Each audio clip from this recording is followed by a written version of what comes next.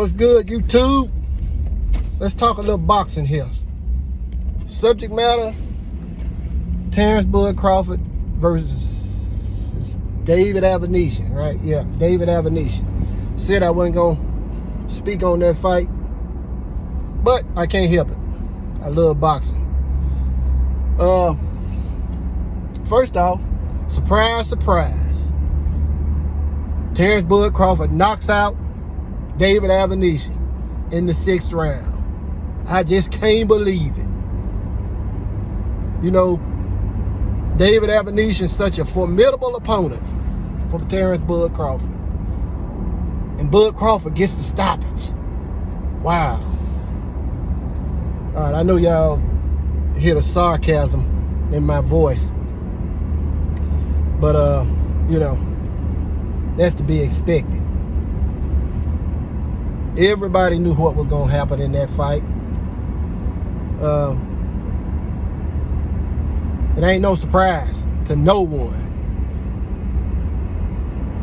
Now, I will say this. Bud looked a little rusty. Looked a little rusty in the beginning. Just a little bit. A little ring rust maybe. But, you know, vintage Bud Crawford, man. This guy, he's a special talent. Ain't no doubt. Ain't no doubt. And he was real busy. Real busy. David Avanesyan, he got knocked out just like I thought he would. Just like I thought he would. Bud Crawford kept pawing at him with the jab and was trading with him. Bud got caught with a couple of big shots by Avanesyan. Avanesyan, he one of those guys who uses the high guard, active high guard, and he'll punch out of that high guard, no indicators. He'll come out of that high guard with a straight right, a straight left, no indicators at all. You don't see it coming. Well, it ain't all that fast, but you know, he didn't do too bad. He didn't do too bad. But I mean, he just not on the level of Terence Crawford. I knew Bud was finna knock his ass out. And the thing about it is, the shot that Bud hit him with, Bud didn't put a whole lot of torque on that. It's just so accurate. Right on the damn chin. Starched this motherfucking ass. Motherfucker was out cold. I'm talking about out cold. I don't know if they had to use the smelling salt to wake his ass up. But it was a little short. Was it a short right hand? I think it was that right hand that got to be hit him with a left and then popped him with that right on the chin. And that son been dropped like a sack of potatoes, man. He was out. I'm talking about busted open, nose and mouth bleeding. Bud Crawford got some good power, and his power come in his accuracy, man. The dude is extremely accurate, extremely accurate. But like I said, he paused a lot with his jab. Bud Crawford don't really put a whole lot on his jab, and he did like he normally do. First 2 or 3 rounds was very competitive. I guess Bud was doing like he does, and you know, they say downloading data. And you know, them first 3 rounds wasn't bad for David Avanesyan, but about round 4, Bud kind of started picking it up on him. And hell, they was trading in there. David Avanesyan never did back down, but I mean, honestly, I don't think he knows how. That's the only way he can fight. Comes in with that high guard and, you know, bang it out.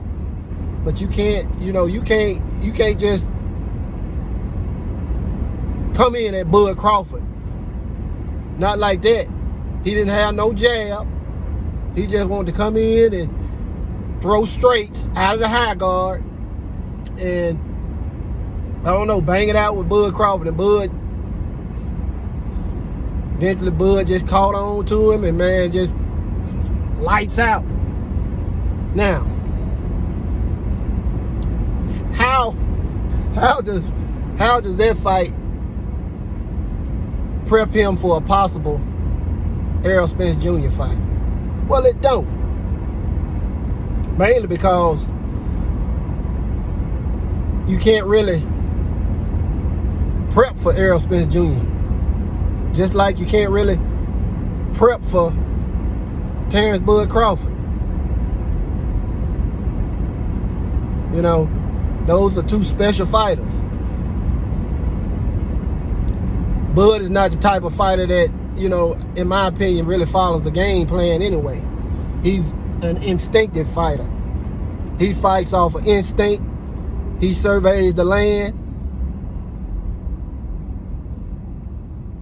And he go from there. Errol Spence Jr. Ain't nobody better than Errol Spence Jr. with following a game plan. And if that game plan don't work, he keep using it. He used the jab to perfection. Use the jab, go to the body. He changed levels, head, body, head. I mean, it's a sight to see. Both of those guys, man, they are sight to, they both are top level. And the thing about Bud is, him beating Sean Porter, he stepped up a level. But you still got one more level to go. And that's Errol Spence Jr. I think Jerron Boots Sanders is on that level as well. But you know, he ain't really got the type of experience that Errol got or Bud got. Not saying he can't beat either one, but like I was saying, Bud Crawford still got one more level to go. Errol Spence Jr. is a different animal. And I'm gonna tell you another thing. David Avanesyan put on a little bit of pressure, on Bud. Now, I seen a comment on somebody's video where it showed, and they said it showed that Bud Crawford showed that he still got his legs. And you know, he was moving around pretty good, but that pressure was still there by David Avanesyan. The pressure was still there. Now imagine Errol Spence Jr., who doesn't come in behind a high guard, which he uses a high guard, but Errol Spence Jr. comes in behind a jab. Probably the best jab in boxing. Very precise puncher.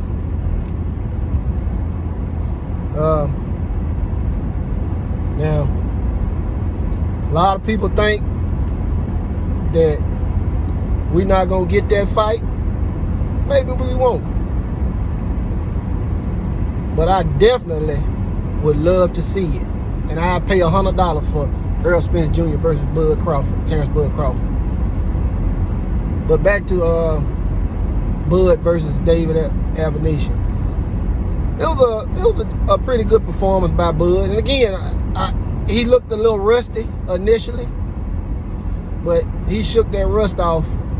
He started shaking that rust off around the 4th, 5th round. And I was saying to myself, it ain't gonna be long now. I picked him to knock out David Avanesyan in the 6th round. And shit, that's what he did, man. Bud, a tremendous fighter. I could never take that away from him. I'm an Errol Spence Jr. fan.